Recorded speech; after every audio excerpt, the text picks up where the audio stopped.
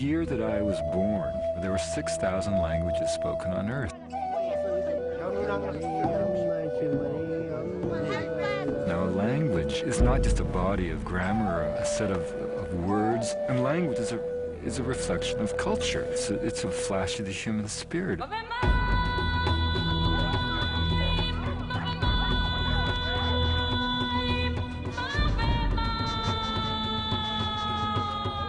And of the 6,000 languages spoken on Earth, fully half of them are being taught to children, which means that effectively, unless something changes, they're dead.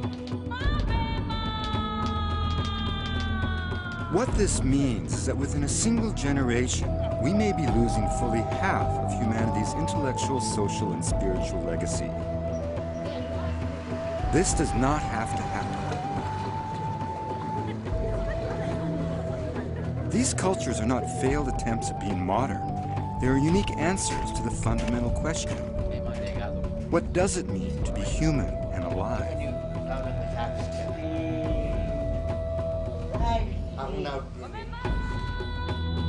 I've studied Buddhism as an anthropologist, but this is a personal journey.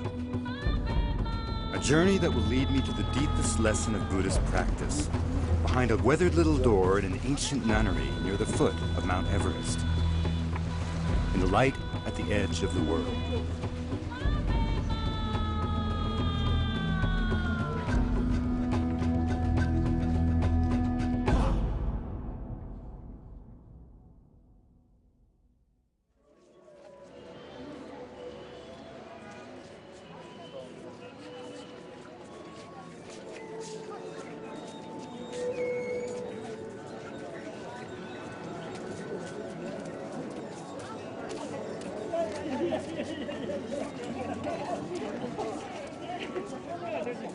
How do you take a spiritual journey in Buddhism? Where do you begin? Who do you follow? The Buddha was a teacher who started this practice 2,500 years ago. In Sanskrit, Buddha means the awakened one. His teachings are known as the Dharma. They are a spiritual path, a roadmap to enlightenment.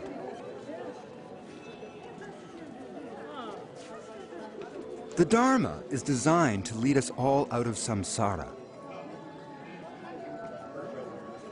Samsara is simply an objective observation that in this world that we live in, and who can deny it, we end up slaughtering children, raping mothers, dying of foul diseases, having accidents just on the eve of our weddings. I mean, whatever all this stuff is, the Buddha would say it's a realm of samsara, and the cause of it is suffering, but the great possibility revealed by the Buddha is that it can be transcended, that if ignorance is the foundation of suffering, ignorance can be relieved. But pursuing the Dharma doesn't just promise an end to suffering. It aims to eliminate the very causes of suffering through spiritual practice. A science of the mind that charts a roadmap to goodness, humility, and compassion.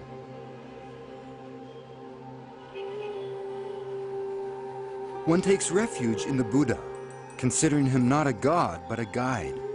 You take refuge in the Dharma, which is not a dogma, but a path. Of all the religious traditions that I've encountered in my travels, this is the one that has always made the most sense to me.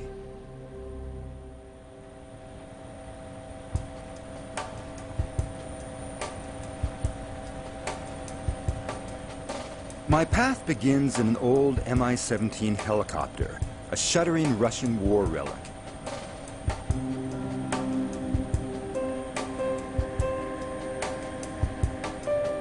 We lift off for a trip into the Himalayas, back to where the monasteries are. Many of the Buddhists of Nepal were once the Buddhists of Tibet before the Chinese ran them out and destroyed their temples in the 1950s. Escaping across the mountains, they came together at monasteries like Thupten Choling and Shiwang, where they are preparing right now for a great festival.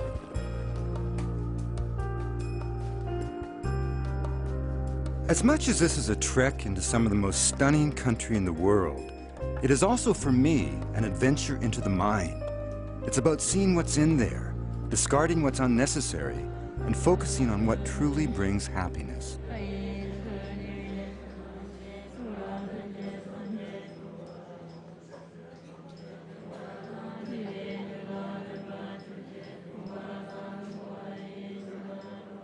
There is something about the inherent tolerance of Buddhism that is incredibly attractive. It's totally non-judgmental. There is no notion of sin. There is no notion of good and evil. There is only ignorance and suffering. And this is the most important thing. It places all emphasis on compassion. You know, you do not embrace negativity. It is a religion that does not demand some kind of act of blind faith. It does not demand that you buy into the dictates of a faith and then go out and persuade the rest of the world to think like you. It is simply a system of wisdom. It's a philosophy. It says, here is a path. Here is a set of contemplative practices that you can do. And that if you follow this, we have 2,500 years of empirical evidence, scientific evidence, by the very definition of what science is, that says if you follow this, you will achieve this transformation of the human heart. And that's why we use the concept Buddhist science of the mind, because the evidence of the efficacy of that practice is a serenity achieved by those who embrace it.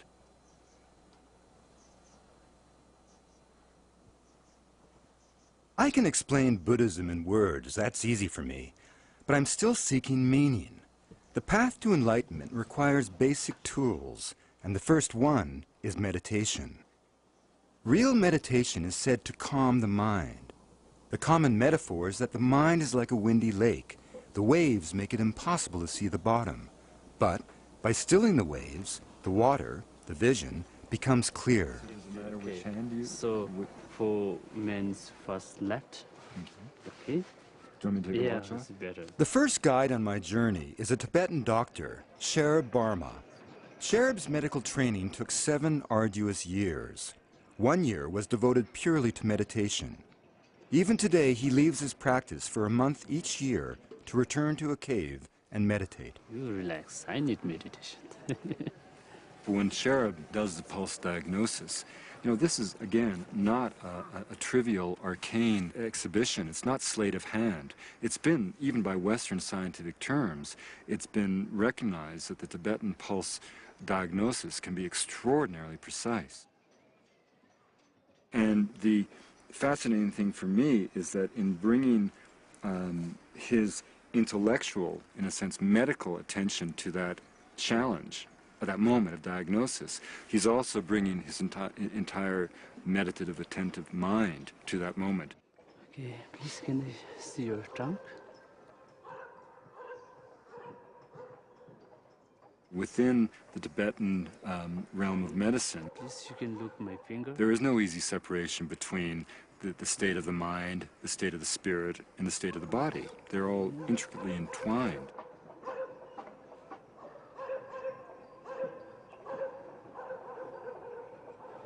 Okay.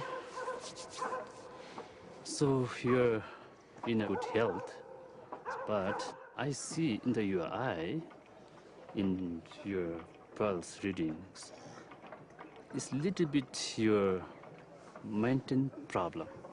This means like I think your makeup planning lots of, or your like mind work or something like that. I feel because of your heart send message, and little bit you are tired or you're not sleep well or some worried or kind of that. So really what you're saying is that my mind is so, needs to be calmed or needs to, what are you saying? So you need little bit rest, and if you can, this meditation is important. Sherab sees that my mind is swirling and my thoughts are ragged. I need to find the stillness. This is a search for meaning, not for the next life, whatever that may be, but for this life, now.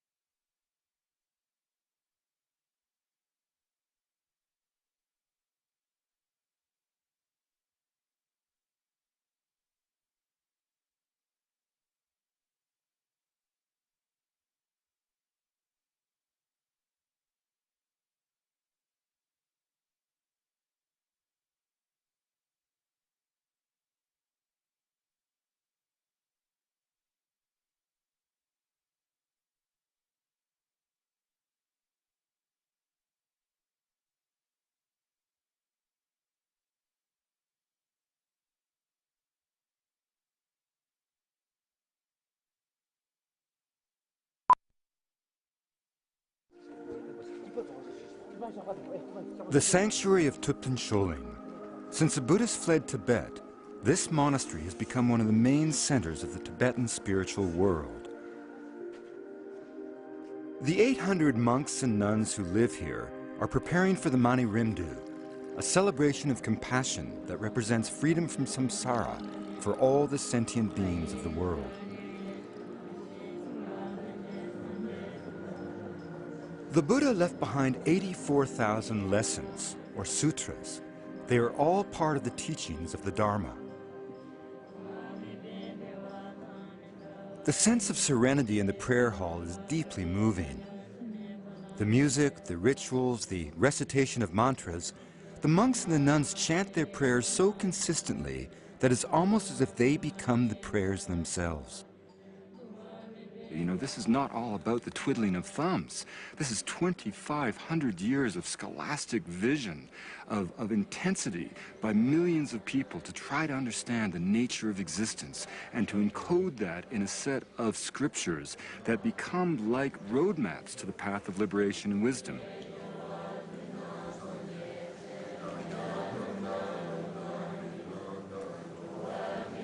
The scarves, or katas, that the monks and nuns throw forward represent the nature of karma, the principle of giving and receiving. They are both offerings and appeals to Trulsig Rinpoche, the abbot of Thupten Choling, a teacher of His Holiness, the Dalai Lama, and one of the most revered enlightened beings in the Buddhist world. Rinpoche means the Blessed One, not the human being, but the man who has become one with the teachings. He is both teacher and teachings. He is the embodiment of the Buddha path, not because of his own sense of ego, but because he has transcended ego and become one with the essence of the Buddhist practice.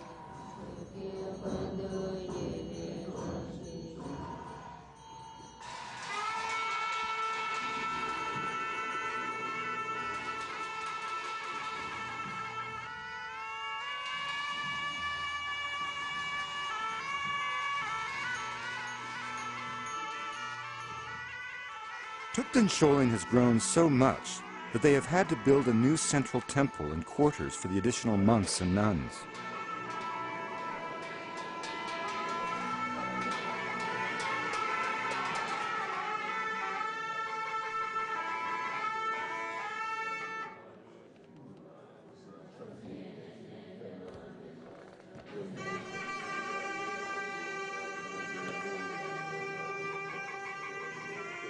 We have an audience with Rinpoche, and it's a little daunting. I've spent my life obtaining knowledge through university and field studies, but the Rinpoche has spent his lifetime achieving wisdom and enlightenment through contemplative practice.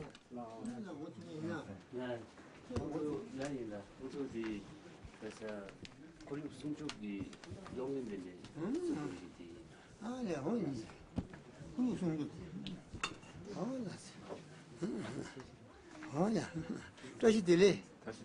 know, the first time I was in the presence of Trulsig Rinpoche was 3 years ago when I visited Thupten Choling monastery, and I was working on another project, and I had a whole list of specific questions that I was planning to ask him.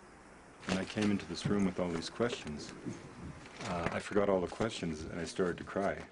And tears came down the corners of my eyes. And, you know, coming from the background that I come from, you know, men don't cry, and they certainly don't cry easily. And these weren't sobs of the kind of tears you get when you're saddened by the death of a father. These were kind of tears of just spontaneous delight that were just pouring forth from my eyes.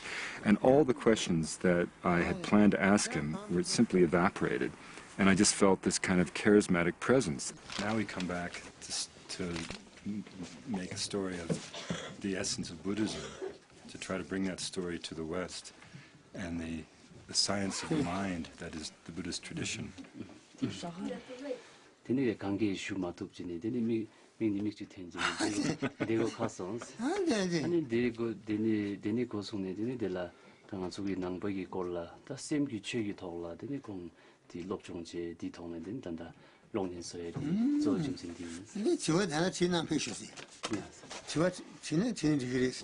So before you forward your question, So if you like, you can bring now your question.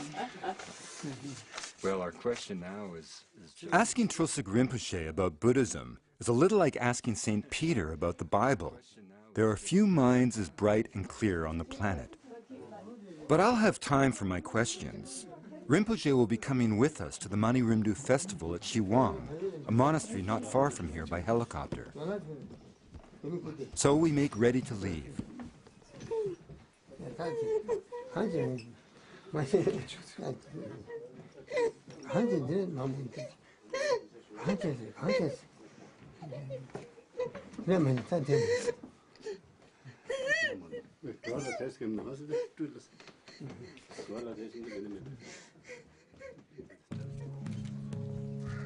There are tens of thousands of people in this part of the world who would give their eye tooth to spend one moment in the presence of Trosik Rinpoche.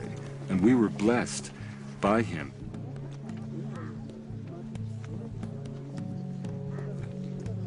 He is the embodiment. He is the 33rd reincarnation of the most foremost disciple of the Buddha. He represents all of that Buddhist lineage. And the point of Buddhism is not simply to, clear the mind, still the lake, and all those wonderful metaphors. It's to embrace compassion. It's to be compassionate.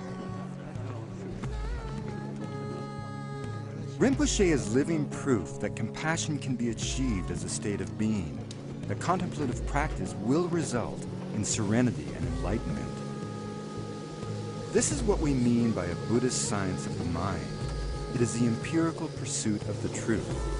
But the amazing thing for me is the realization that there really is a path that can lead to a transformation of the mind and spirit.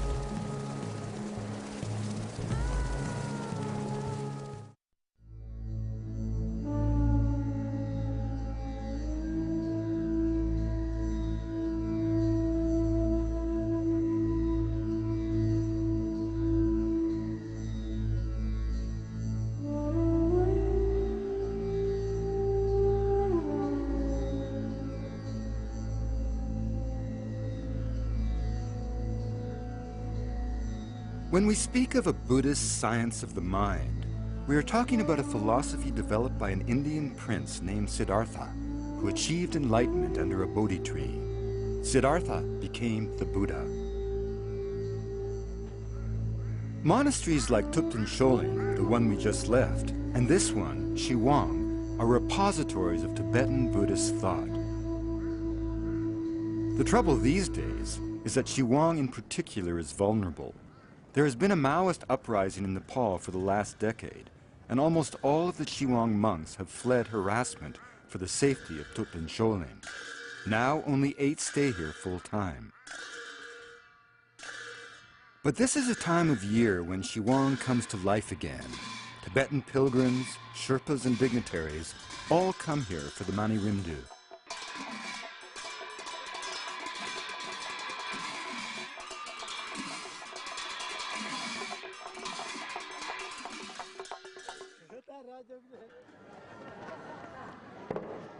The Mani Rimdu is a ritual recreation that celebrates the arrival of Buddhism in Tibet from India. Trosik Rinpoche says that to experience the Mani Rimdu is to receive a blessing.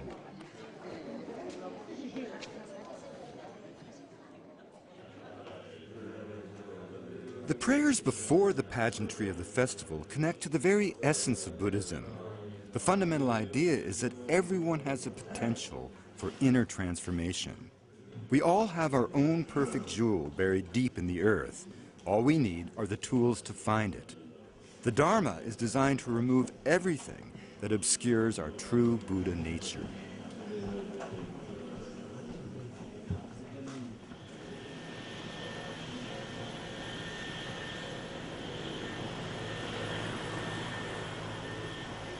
Mathieu Ricard arrives. I'm going to be looking to him as my 3rd spiritual guide on this journey.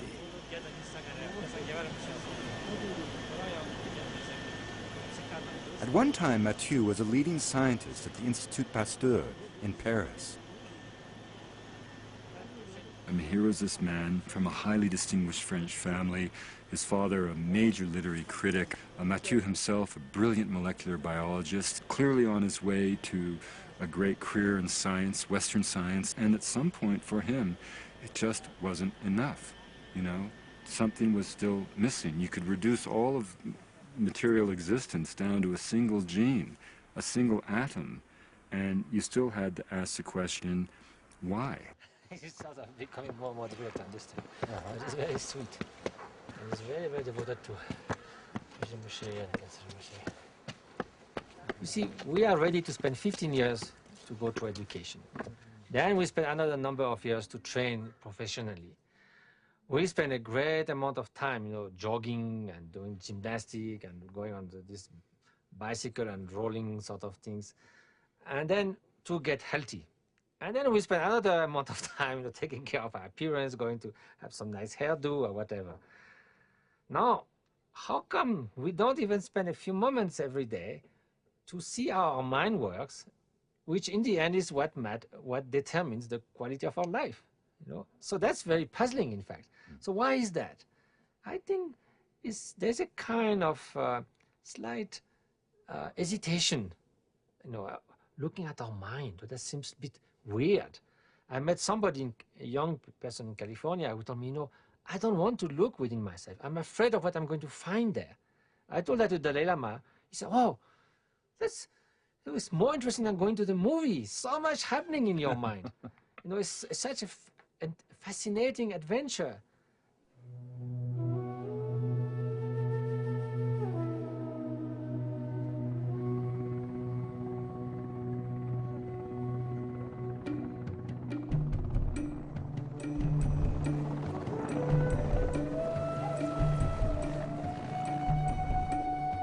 As the monks prepare for the Mani Rindu down below, we take a side trip with Tulsuk Rinpoche to a mountaintop above Chiwang.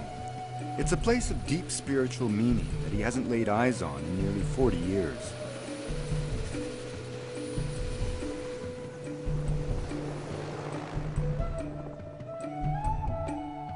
This is Sengepuk, the Lion's Cave, where Rinpoche went into meditative retreat after he fled Tibet. Retreat is a time for the mind, a time to focus on prayers of compassion for the sentient beings of the world in a place that eliminates all distractions. How does he feel coming back right now? It's the same as before. It's just the same. It's just staying just as it is.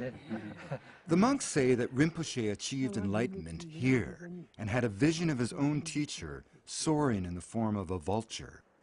With a tear in his eye, his teacher asked Rinpoche to come with him, to leave the realm of samsara and move beyond this world. And that Tulsuk Rinpoche, in this lifetime, looked up at that possibility and said, no, I cannot go. I still must remain in the realm of samsara to help the suffering of sentient beings. That is a true Buddhist hero. Not a warrior or a king, but the bodhisattva, a person of pure heart and compassion who embodies the teachings of the Dharma.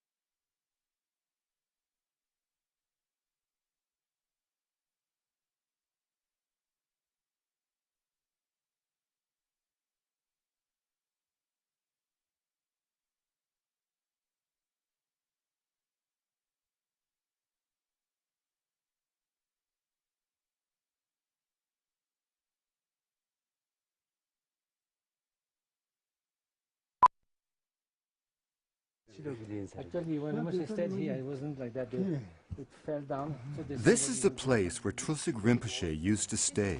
this one was In the sunshine, on his old patio, Rinpoche stuns me with an impromptu teaching of the Four Noble Truths, the very pillars of Buddhism. I've read about the Four Noble Truths. As an academic, I can recite them by heart. But that's not the same as receiving them from Rinpoche through the translation of someone like Mathieu Ricard. So the first, when first the Buddha gave the teachings after achieving enlightenment, the first teaching he gave was about the Four Noble Truths, which is actually recognizing the existence of suffering, acknowledging, and recognizing that suffering has a cause and condition that can be dispelled. The first noble truth, of course, is that all life is suffering. Now, suffering doesn't mean necessarily misery, and it's not a pessimistic or even a nihilistic observation. It was simply an objective assessment of reality, that life is suffering, that we all grow old. And the second noble truth was this idea that suffering itself is based on ignorance. By ignorance, he didn't mean stupidity, but by ignorance implying that the clinging to the illusion that the world and that existence itself had an intrinsic concrete reality, that everything was tangible, static, permanent.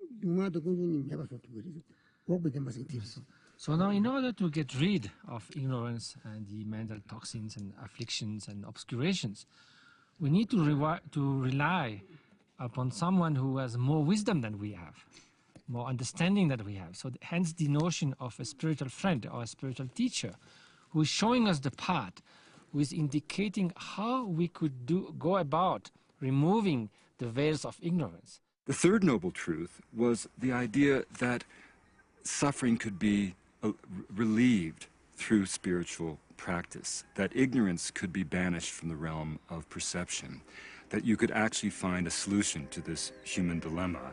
And of course, the fourth noble truth was a delineation of a specific contemplative practice, a path of wisdom that promised, if followed, to allow you to transcend the realm of suffering.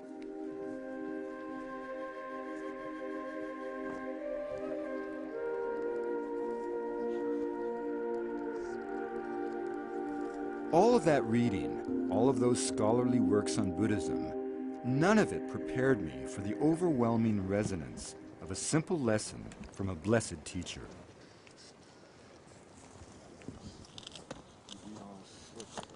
All those things, and then you hear it from someone like that. Yes, of course, that's the obvious. So, otherwise, this is quite obvious the way people got lost in what they wish happiness, but they run towards suffering. Although we aspire to happiness, we got completely confused about the means to achieve genuine happiness. We mistake happiness and pleasure, happiness and intensity, happiness and so many things. We don't realize happiness is a way of being that comes from inner freedom, not just from trying to enjoy as many things as possible, because that's like running after a rainbow, hoping that we can wear it as a dress. No, it never works. They hope for happiness, but they got lost in the wrong means of achieving it. So that's the drama of sentient beings.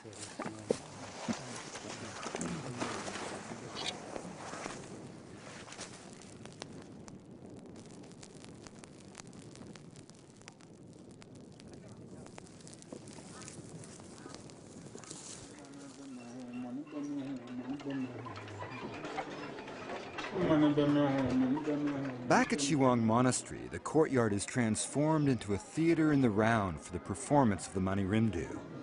It tells the story of Buddhism being brought to Tibet, but it is also a celebration of the totality of the human experience.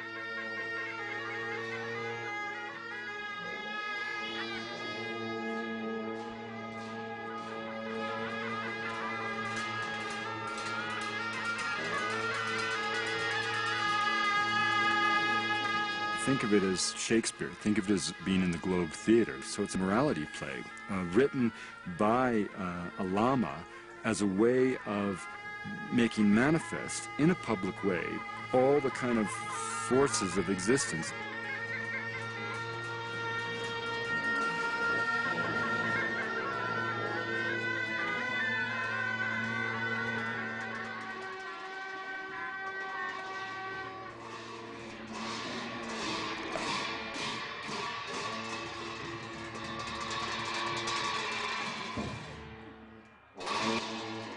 And those masks, which represent particular beings, particular deities, they are also, in a sense, metaphorical. They represent, it's almost like a pageant of all the forces of samsara and all the forces of divinity with which one will engage in your own dance of life.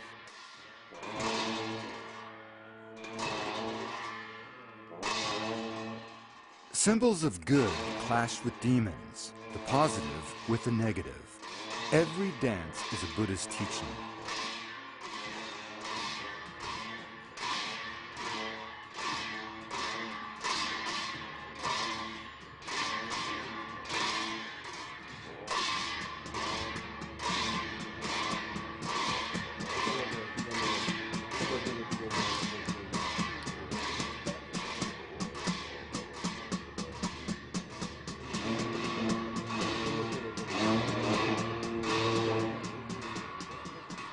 Long before the dances began, monks were behind the scenes at Shiwang performing puja, a concentrated series of rituals.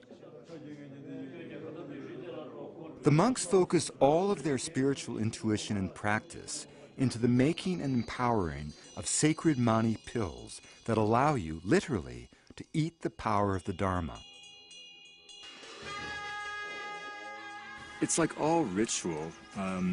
What is ritual attempting to do in any spiritual tradition? Ritual attempts to quiet the moment, to focus the mind, to bring one into the presence of the spirit, to presence of God. I mean, this is the whole point of any ritual tradition.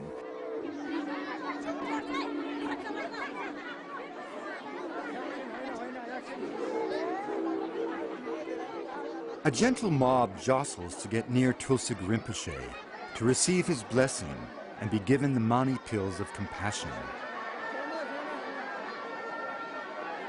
Much of this feels familiar to a Westerner. A blessing from a priest, the offering of the host, absolution from sin. But here there is no sin. There is only the repeated reminder that ignorance, which stands in the way of wisdom and happiness, can be overcome by the clear path of the Dharma. You know, in a sense, Buddhism is neither philosophy nor religion. It's strictly a path of wisdom.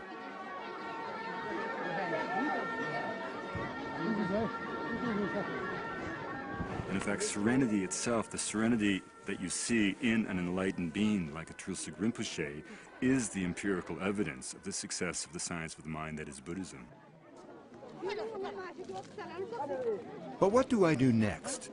The pageantry of the Mani Rimdu must give way to the spacious silence of the Himalayas. Sherab and Mathieu are going into the mountains with me as we bid Tulsig Rinpoche farewell.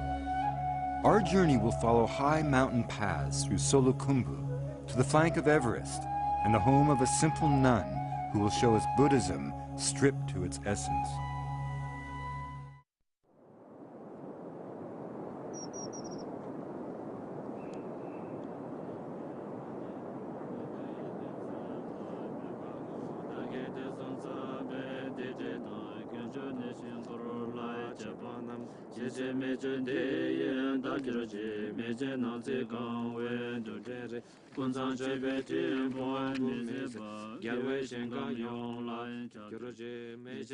The most basic lesson in science class is to have a hypothesis before you conduct an experiment. Then you record your observations and draw your conclusions.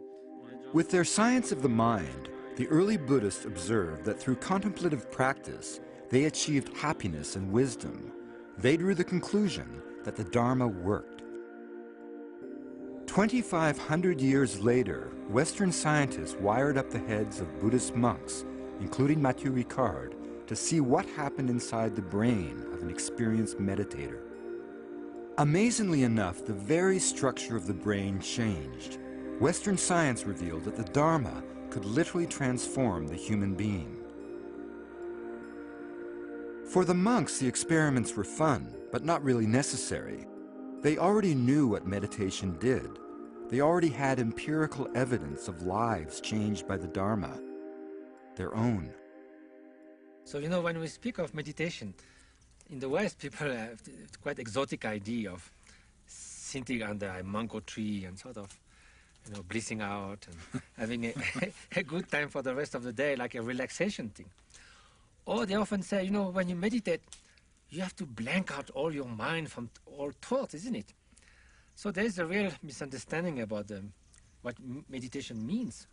For most of us, when we think of meditation, and many of us have tried it, you know, everybody from doctors to our churchmen tell us we should check it out. We shut our eyes, we try to stay still, and our minds are just exploding with stuff, you know. Well, the idea is, you know, usually when we think of calming down the mind and we become aware of what's going on in the mind, we say, wow, there's so many thoughts. There's more than ever. Actually, it's not that there's more than ever. You start to become aware of what's going on in your mind from morning till evening, this whirlpool of thoughts. Because your mind is like a spoiled brat. It's constantly moving here and there, thinking of ruminating the past, imagining the future, never in the present moment. So try to focus your mind. And we say it's like the butterfly. You know, the butterfly stays on the flower. Then it sort of goes away for no reason, then comes back. So it's okay you will be distracted, but you should bring back your mind. And so meditation will help you to become the master of your mind. And master of the mind is not the absence of freedom. Now, sometimes people think that, oh, I'm going to control my mind. I'm sort of reducing my freedom. Take the example of the sailor at sea. What is the freedom? To let the boat drift wherever the currents and the wind blow? That's not freedom, that's drifting.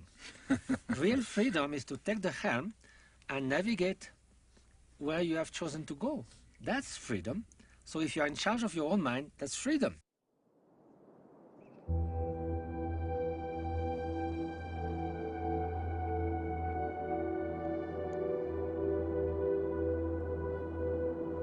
The 11th century Tibetan yogi, Milarepa, said, "Take refuge in the solitude of the barren mountains, the snows or forests.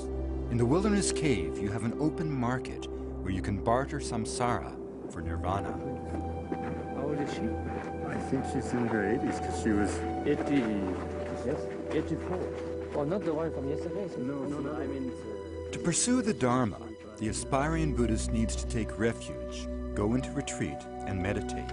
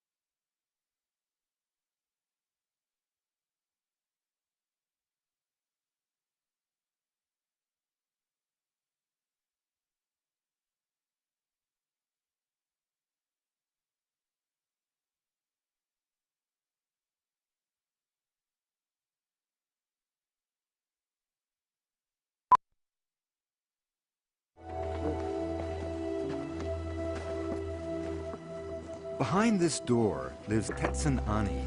She is a nun who has been in solitary retreat for 45 years, never leaving the confines of this simple hut. She has distilled her entire religious practice to 3 simple mantras, prayers for the welfare of all sentient beings, recited again and again through every hour of her waking day. Now, here is this woman, by all accounts, an extraordinarily beautiful young woman, devoted to the Dharma, who suddenly was kind of besieged by a suitor, a wealthy merchant who had the power to really demand betrothal.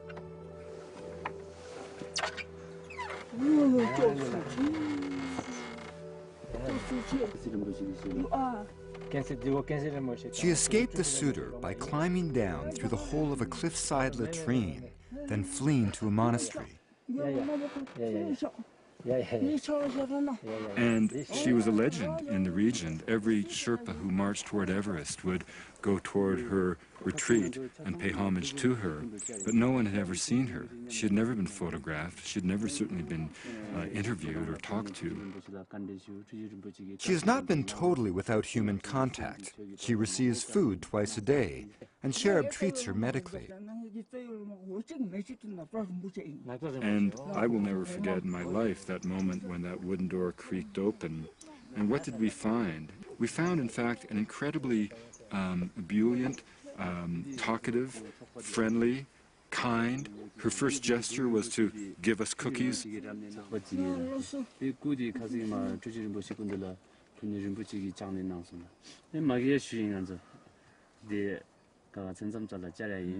what did she do? She went right into the Dharma. And she sort of said to Mathieu, you know, essentially, you know, it's great all that monastic stuff you guys do, and, you know, I respect it, and it's quite wonderful, but, you know, it really just comes down to a single mantra.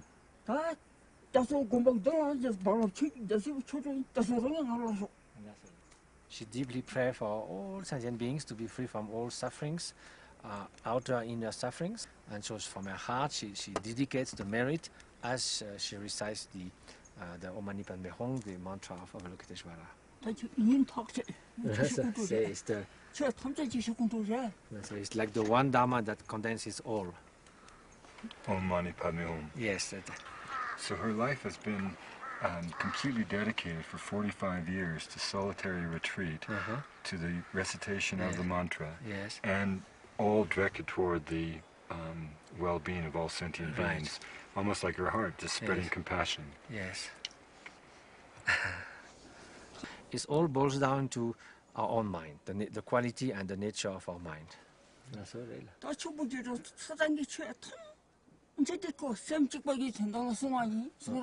So all whatever the Buddha has taught, you know, all the many aspects of his teaching, they were all meant to understand the nature of mind. So the main thing is to give away all elaborate practice and simply remain in the Buddha nature, in the Buddha's mind, and that's all. And she said, if she survived, with her mind, she'll come to visit me sometimes. So I told her I'd prepare a nice cup of tea.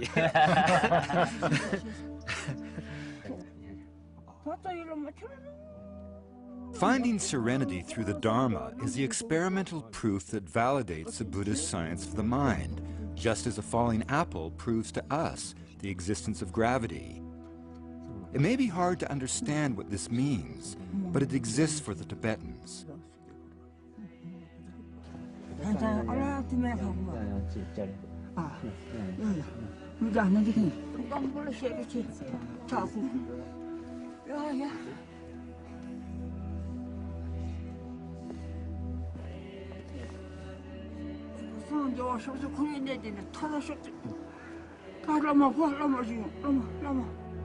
Many Tibetans do not believe that we went to the moon, but we did.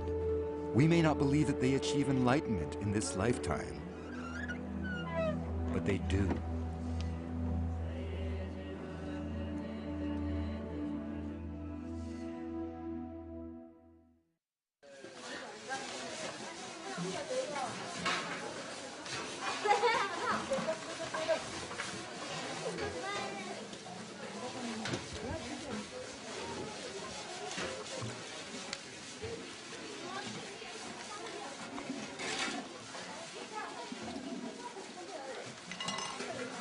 At the Thupten Choling Monastery, Tibetan doctor Sherab Barma is in high demand.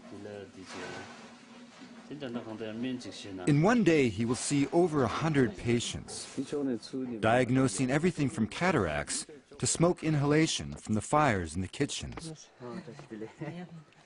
Western science and efficiency, a Lama once wrote, has made a major contribution to minor needs.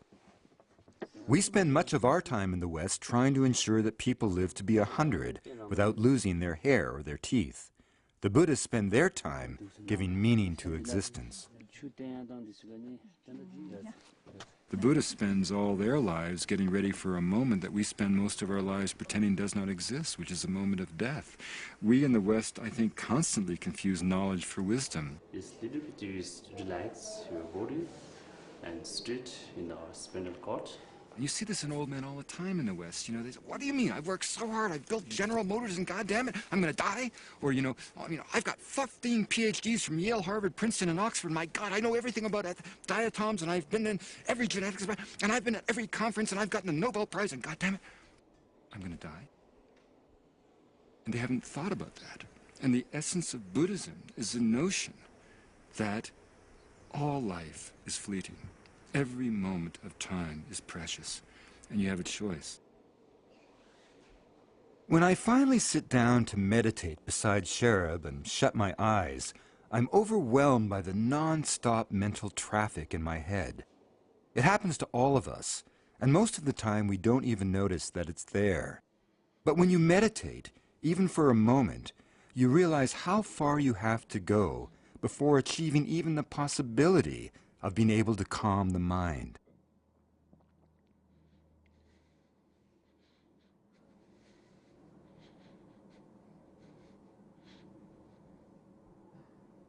In that particular moment of meditation in that space, your thoughts move through your mind, and the metaphor used always in Buddhism is that the mind is like a windy lake with the wind buffeting the waves and causing the water to be turbulent, and if you can somehow still the mind, you will clear the lake. And so as you go deeper into that kind of meditative state, sometimes just sort of raw emotions will just come up. Tears often come to the novice, for to meditate is to allow oneself, often for the first time, to be still. And to be still is to glimpse the true nature of things. Like so many of us in the West, I dwell too often in a whirlwind of frenetic activity, racing against time, defining success by measures of the material world, books, academic degrees, credentials of one sort or another. This, to the Buddhist, is the essence of ignorance. They remind us that all life grows old and dies, that all possessions decay. And they offer an alternative, a path of wisdom, long and difficult, but to me, irresistible.